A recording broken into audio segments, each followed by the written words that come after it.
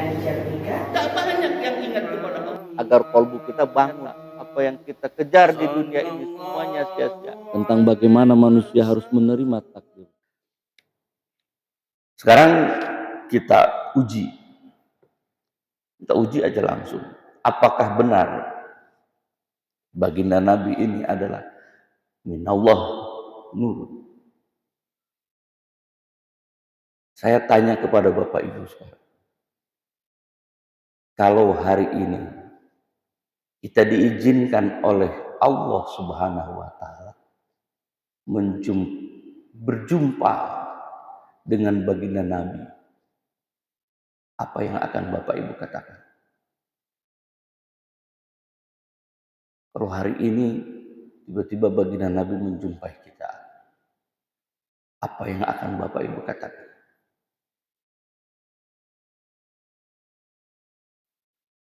Pertanyaan ini saja membuat hati kita berdesir.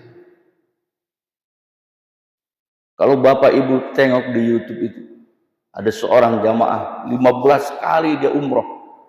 Pada saat umroh yang ke-15 ada orang yang nanya, sudahkah engkau berjumpa dengan baginda Nabi? Langsung menangis. Ada ibu-ibu yang ditanya, bagaimana ibu katakan ketika ibu berjumpa dengan Nabi? Kalau seandainya hari ini ibu bisa berjumpa dengan baginda Nabi, menangis. Maka dikatakan bahwa hakikat Muhammad itu adalah masdarul hayatur ruhiyah liqulubil mu'minin. Jadi dia melekat dalam kalbu kita. Cinta kita kepada baginda Nabi itu melekat. Maka gak akan keliru kalau kita menafsirkan bahwa Nur Muhammad, penciptaan awal pertama diciptakan Nur Muhammad. Gak akan keliru. Gak akan keliru Islam itu ketika seseorang yang mau masuk dalam agama Islam harus syahadatain dulu. Gak akan keliru. Maka juga tidak akan bid'ah Pak kalau kita merayakan Maulid Nabi Muhammad Sallallahu Alaihi Wasallam, disebabkan karena cinta itu ada di dalam kalbu kita. Dan mereka yang membid'ahkan, kita tanya, di dalam hatinya ada Muhammad apa enggak? Tanya orang-orang itu, kalbu antum itu ada nggak kecintaan kepada baginda Nabi? Jangan-jangan antum ini adalah orang yang akan menghancurkan Islam dari dalam, sehingga kau larang-larang orang bermaulid baginda Nabi, melaksanakan maulid Nabi. Harus begitu sekarang, orang-orang itu harus kita kasih pelajaran sedikit. Sudahlah mereka ini hafal Quran pun tidak, agak-agak sombong sedikit lah untuk urusan-urusan itu, karena untuk menyelamatkan umat itu dites aja tuh orang-orang itu. Kenapa? Karena memaknainya terlalu lafziyah, sehingga padahal Nabi mengatakan innalil Qur'ana dhuhran wa batnan. Sesungguhnya Quran itu ada yang zahir dan ada yang batinnya maknanya. Wa batnihi abdun. Dan di dalam batin itu ada batinnya. Ila sab'ina batna. Sampai berlapis-lapis sab'ina, 7 lapis dari batin itu. Bapak Ibu yang dirahmati Allah, di dalam penjelasan surah Asrar yang pertama ini, kita baca lagi maknanya, ketahuilah semoga engkau diberi taufik pada segala yang dicintai dan diridhoi oleh Allah. Kita mencintai baginda Nabi Muhammad Sallallahu Alaihi Wasallam. Mudah-mudahan kita diberi terus oleh Allah, diberi limpahan-limpahan kalbu kita untuk mengenal lebih dalam baginda Nabi, karena dia melekat dalam diri kita. Baginda itu melekat dalam diri kita. Cahayanya, petunjuknya. Karena kita kan mengikuti jejak beliau. Syahadatain itu maknanya kita ingin bersaksi kepada Allah itu sebagaimana baginda Nabi Muhammad Sallallahu Alaihi Wasallam bersaksi. Maka Nabi mengatakan, as-salatu mi'rajul mu'min. Salat itu mi'rajnya orang-orang yang beriman. tempat engkau berjumpa dengan Allah Subhanahu wa taala, tempat engkau bermunajat kepadanya. Fasilitasnya sholat itu. Dan baginda Nabi mengajarkan itu sampai detail, Pak. Sampai ke Sidratul Muntaha. Di dalam Sidratul Muntaha itu bahkan komunikasinya, cara dia berkomunikasi dengan Allah itu diajarkan kepada umatnya. Di dalam tahiyat itu, at-tahiyatu mubarakatus sholawatut thayyibatun. Assalamu alayka ayuhan nabi wa rahmatullahi wa barakatuh. Assalamu alayna wa ala ibadillahi sholihin. Itu komunikasi baginda Nabi dengan Allah Subhanahu wa taala di dalam Mi'rajnya diajarkan kepada kita.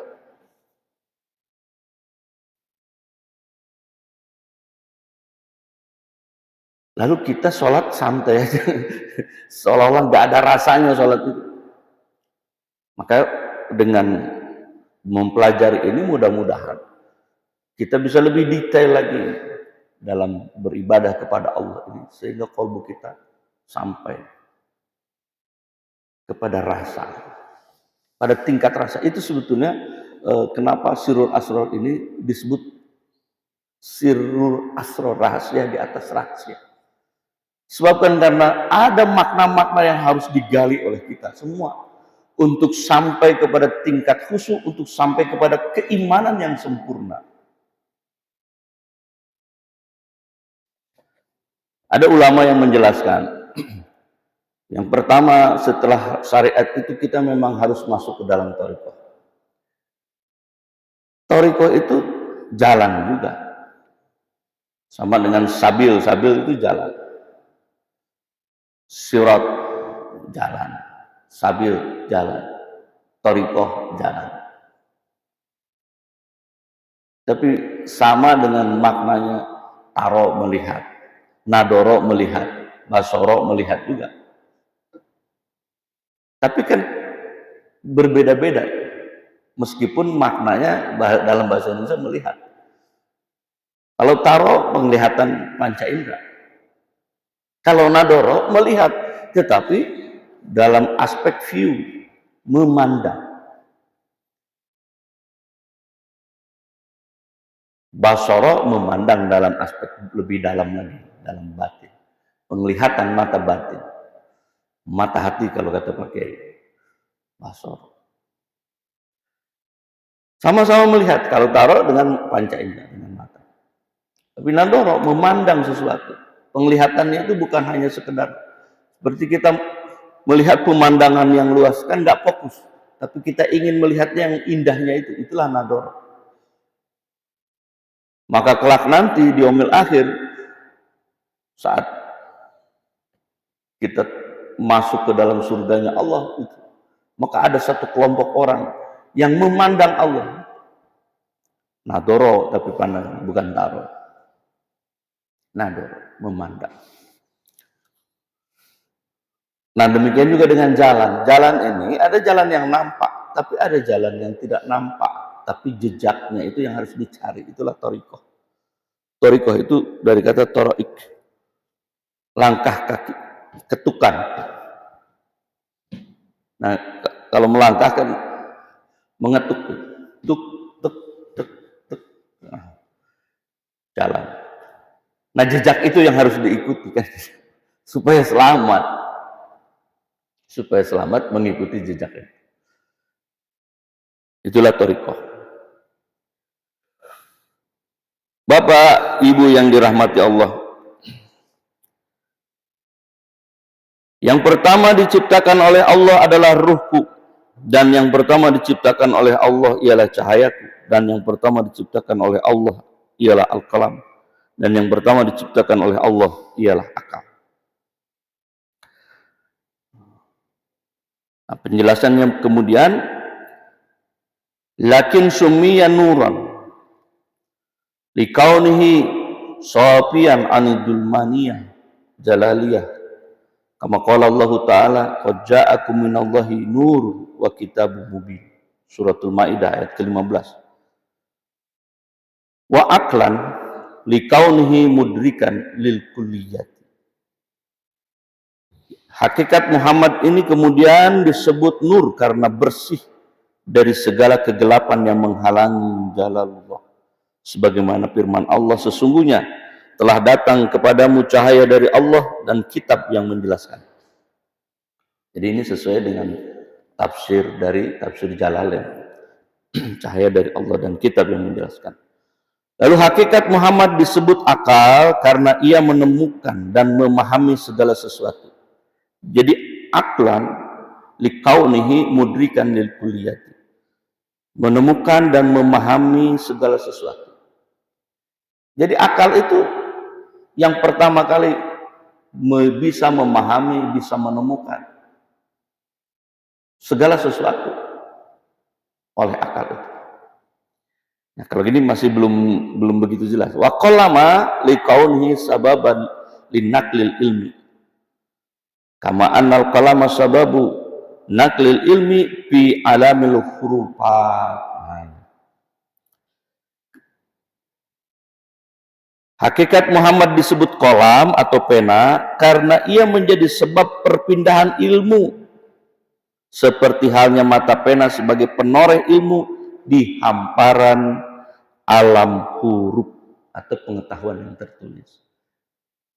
Jadi kenapa disebut pertama kolam itu diciptakan? Karena ada ide gagasan ilmu yang seperti ucapan ini kan nggak nampak, tapi oleh kolam itu dituliskan, seret, sehingga menjadi nampak. Mata pena itu penoreh ilmu di hamparan alam huruf atau pengetahuan yang tertulis. Jadi begitu di alam ruhaniyah itu muncul, agar supaya nampak terlihat, maka kolamlah yang pertama kali dicatatkan menjadi huruf-huruf.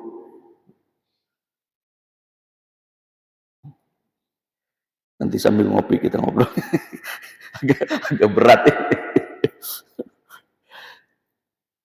ini. Sekali lagi, ia menjadi perpindahan ilmu seperti halnya mata pena penoreh ilmu di hamparan alam huruf. Jadi tercatat. Makanya kenapa misalnya akad, jual beli, pinjam meminjam itu harus ditulis. Gitu. Karena kalau ucapan saja dia nggak bisa ditangkap, nggak bisa dijadikan evidence bukti, nggak bisa dijadikan bukti. Yang pertama harus dicatat. Dalam surah Al-Baqarah itu sampai 1 halaman itu bercerita soal pinjam meminjam, hutang piutang, jual beli itu 1 halaman menjelaskan. Karena tadi ada hakikatnya. Hakikatnya ini adalah kolam pengetahuan yang memindahkan dari ide gagasan menjadi pengetahuan yang tertulis.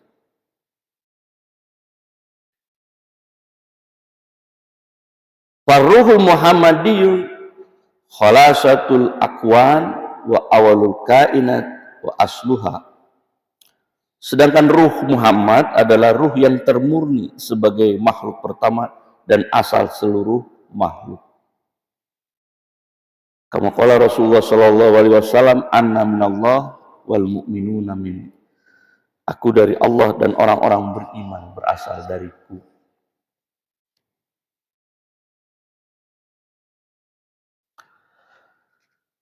Bagaimana kita diciptakan? Wa khalaqallahu arwah kullaha minhu fi alamil lahut bi ahsan taqwimil hakiki wa huwa ismu jumlati lil insi fi dzalikal alam wa huwa al watan al asli. Falamma madu alaiha arba'atul alafi sanah khalaqallahu ars min nurin ain Muhammad sallallahu alaihi wasallam wa baqiyal kainati minhu. Dan dari ruh Muhammad sallallahu alaihi wasallam itu Allah Subhanahu wa taala menciptakan seluruh ruh di alam lahut dalam bentuk yang terbaik dan hakiki. Dan Muhammad adalah nama bagi seluruh manusia di alam lahut. Alam laut adalah negeri asal. Setelah 4000 tahun dari penciptaan ruh Muhammad, Allah Subhanahu wa taala kemudian menciptakan aras dari nur Muhammad. Begitu pula seluruh makhluk lainnya diciptakan dari nur Muhammad. Bapak Ibu yang dirahmati Allah, memang perlu uraian yang lebih dalam, lebih panjang, lebih rileks. Jangan tegang. Kenapa? Karena makna kehidupan ini bukan hanya sekedar makna yang nampak secara dohir. Kita saja punya anak kecil, kalau dia lagi ngambek, kan susah nebaknya. Sebenarnya dia ngambek ini maunya apa kan gitu. Anak rayu sama kita mau begini lagi. Yang mirip-mirip istri kita juga lah. Seringan ngambek kan gitu. Tapi ya normal ngambeknya, kenapa? Rata-rata ngambeknya bisa kita tebak. Kurang uang belanja. Cuman tetap juga kalau ada kelebihan uang belanja juga ada, ngambeknya ada juga. Nanti lain tuh bertingkat-tingkat itu. Tuh makamnya bertingkat-tingkat itu. Makanya perlu belajar ini tuh kan salah satunya itu.